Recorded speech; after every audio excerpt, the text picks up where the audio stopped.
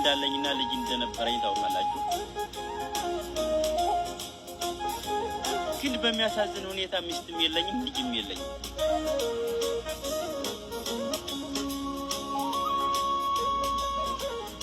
ሚስቴ ናት ብዬ ሳቅፋት የከረምኳት ሚስት ያልነበረች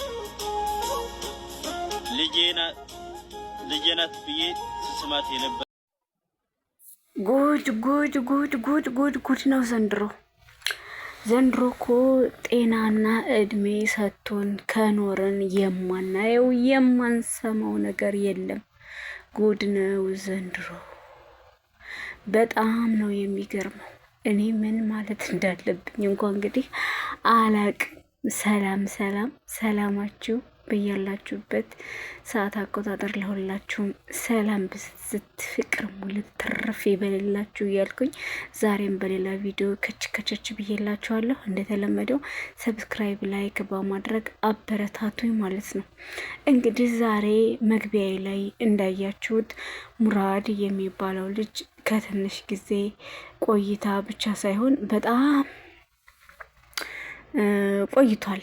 ልጁ በጣም ስቃይ፣ እንግልት ክርተት ብሎ ግማሹ የመን ትመስላለህ፣ ግማሹ ባንጋሊ ትመስላለህ እያለው ብዙ ትችት እየወረደበት እንግዲህ አገባሁኝ በሚል ሰበብ አንዲት ለስሙ አይናፋር የምትመስል ሴት ሰው እንዳያት በአጋጩ በምንጩ ስትሸጓጎጥ የነበረች አይናፋር የምትመስል ሴት ይዞ መጣና ወደ ሚዲያው ላይ እሽኮለሌ ሲል ከረና አትሉ። ከዛ እሽኮለሌ በኋላ ኮመንታሮችም እንዲህ እያሉ ቀጥለው አሁን ያለበት ደረጃ ደርሰዋል። የሳውዲ ትዳር የምላችሁ እኮ በምክንያት ነው። የሳውዲ ትዳር ማለት አሸዋ ላይ የተሰራ ቤት በሉት፣ ያኔ ውሃ ላይ የተሰራ በቃ ውሃ ነው አደለ? ከውሃው አሸዋ አለ አደለ? እዛ ላይ ቤት መስራት እንደማለት ነው። ይሸረሸራል አደለ? መቼም አሸዋ ያለበት ውሃ ላይ ቤት ሰርቶ መቼም ያ ቤት አሪፍ ቤት ይሆናል ብሎ ማሰብ ይከብዳል ማለት ነው። እና የሳውዲ ትዳርም እንደዚህ ነው። በቃ በጣም በሚያስጠላ ሁኔታ የሳውዲ ትዳር ሳውዲ ላይ ቢቸግር ነው። ታውቃላችሁ? ቢቸግር ሳውዲ ትዳር የሚመሰረተው ቢቸግር እንደው ከመሆን እንደው ሳልወልድ ከምቀር ትዳሩ መቼስ እንደማይሆን አውቃለሁ። ነገር ግን ራሴን ሳልተካ በሰው ሀገር ከማረጅ በቃ አንድ ልጅ ወይ ሁለት ልጅ ልውለድ፣ ትዳሩ የራሱ ጉዳይ ብሎ በጣም ብዙዎች ተቸግረን መፍትሄ ስናጣ የምናደርገው ትዳር እንጂ ሳውዲ ላይ ማንም ወዶ ፈቅዶ አግብቶ ጥሩ ትዳር የሚኖር ሰው የለም። 103% አይሆንም ማለት ነው። እናማ ምን ሆነ መሰላችሁ? ሙራድ የሚባለው ልጅ ሚስቴ ናት እያለ አብሮ ሲጋጋጥብን በቲክቶክ ላይ የነበረ ሰው ነው። አሁን ከቀናቶች አንድ ቀን የመኔ ነህ በሚል አንተ ሀበሻ አይደለም የመኔ ነህ እንጂ በሚል ሰበብ ፖሊስ ወስዶ የመን ላይ አንጠልጥሎ ቁጭ አርጎት መጣ አትሉ። ከዛ እሱም ወደ ሀገሩ ሳይሄድ በዛው በየመን በረሃብ አንጀቱ አንዴ ፓፓየውን አንዴ ምኑን እያለ በየመኖች እርሻ እየሰራረቀ እየበላላ እንደመጣ አይተነዋል ማለት ነው። አሳዝኖ የነበርም ምስኪን ኢትዮጵያዊ ነው። ኢትዮጵያ ተወልዶ አድጎ ግን የመኔ ተብሎ እዛ ወስዶ ሲጣል አስባችሁታል ወይ? እናቱና የወለደች እናቱን ገብቶ አይተዋል። መጣ ከዚህ እስር ቤት ነበር ደግሞ መልሰው የመን ጣሉት ማለት ነው። ከዛም እንግዲህ ያንን ሁሉ ስቃይ አሳልፎ መጥቶ ከመጣ በኋላ ሚስቴ ናት ብሎ እሽኮለሌ ከሚላት ሴት ጋራ አርግዛ ነበር። እንደገና እሷን አስወልዶ ምን ብሎ ያኔ ገጠር እየሰራ እሷ ስትወልድ ደግሞ መጥቶ አብሯት ቁጭ ብሎ በጣም ብዙ ነገር እያሳለፈ እንደው ብዙ ትችት እየወረደበት እኔም ላይ አይቻለሁ ማለት ነው። እሷ ደግሞ አይናፈር ነው የሚያጫውታት። በስማም ሰው ግን እነዚህ አንገታቸውን የሚደፉ ሰዎች ደፍቷቸው ይቅርና በዛው ምስጥ ናቸው የምላችሁ እኮ ለዛ ነው። እኔ ራሱ ደርሶብኛል። እኔ ለፍላፊ ነኝ ፊት ለፊት ነው የምናገረው። ግን አንገት ደፊ የሚባል ሰዎች ማለት ነው ከኔ ባል ጀምሮ ይድፋቸው ማለት እችላለሁ ማለት ነው። አንገት የሚደፋ ሰው እናንተን ብሽቅ እያደረጋችሁ ለእናንተ ምንም የማያደርግ ምንም የማይል ምንም ይመስላችኋል። ግን አንገት እንደሚደፋ ሰው ባለጌና ቆሻሻ ሰው የለም። ከነሱ ወደ ቆሻሻ የለም። እንደዚህ ከላይ ከላይ የሚለፈልፉ ሰዎች እኔ ማለት ይቻላል እኔ ከኔ ጀምሮ ከላይ ያዩትን የሚናገሩ ሰዎች ምንም ሳይደብቁ ያዩትን የሚናገሩ ሰዎች ከላይ የሚያወሩ ሰዎች ውስጣቸው ንጹሕና ከላይ ደግሞ እንደሚለፈልፉት የብልግና ነገር የለባቸውም። እዩማ ዝም ብላችሁ ማለት ነው። ቲክቶክ ላይ ስለ ብልግና ሚዲያ ላይ ወጥተው የሚያወሩ ሴቶች ነገር ግን ውስጣቸውና ፕራይቬታቸውን ገብታችሁ ብታዩ ማለት ነው የማይፈቱ ሴቶች ናቸው። እዚህ ቦታ ላይ ይገኛሉ ብላችሁ የምታስቧቸው ሴቶች በሚዲያ ሲያወሩ፣ ነገር ግን እዛ ብልግና ቦታ ላይ የማይገኙ ሴቶች ናቸው።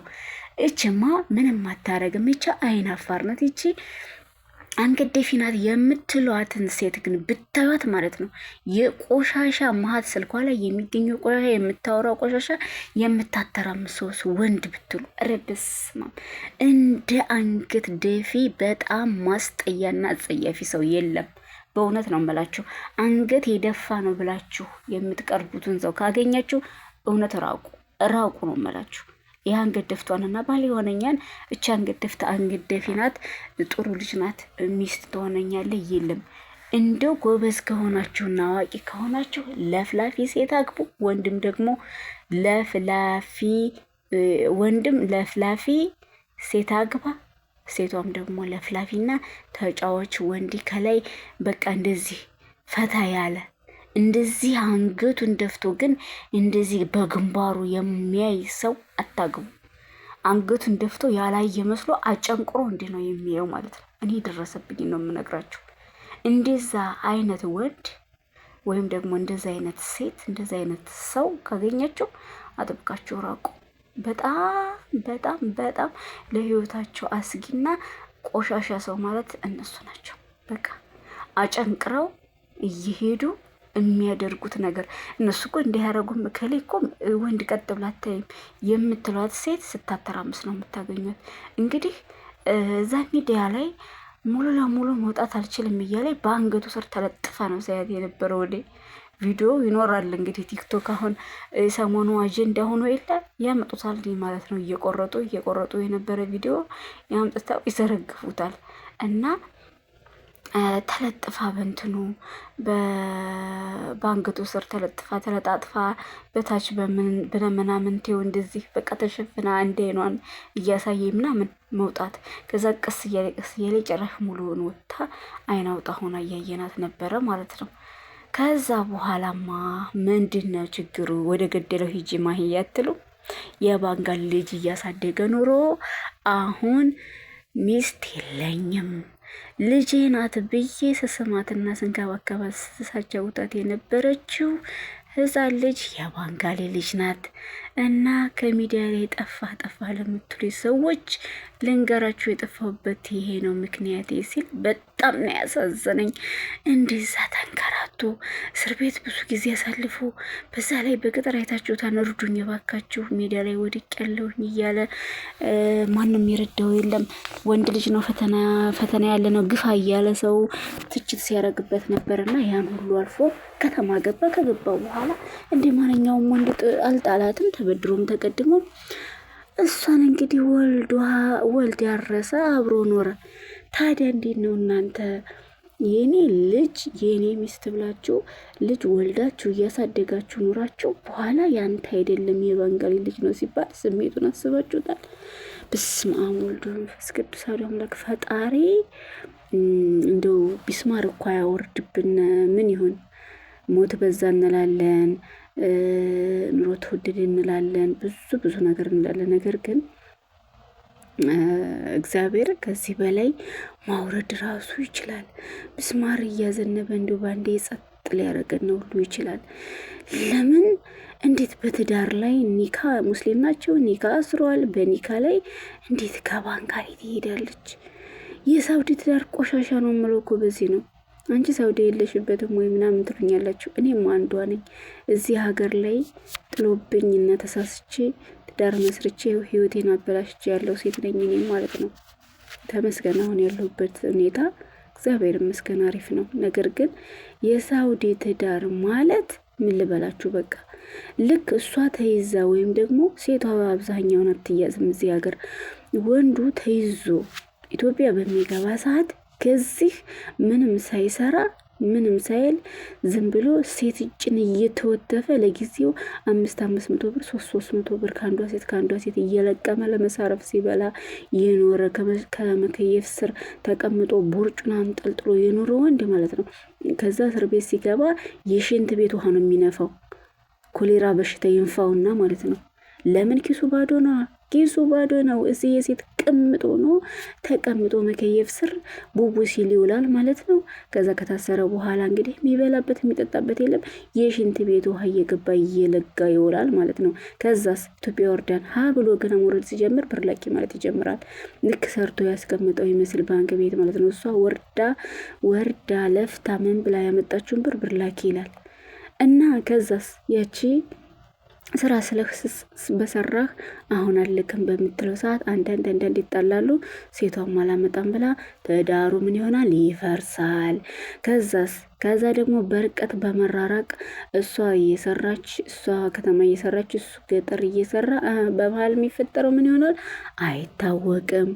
ለዚህ እኮ ነው እኔ የሙስሊሞች ህግ በጣም ነው ደስ የሚለኝ። ማርያምን የሙስሊሞች ህግ ምንድን ነው የሚለው?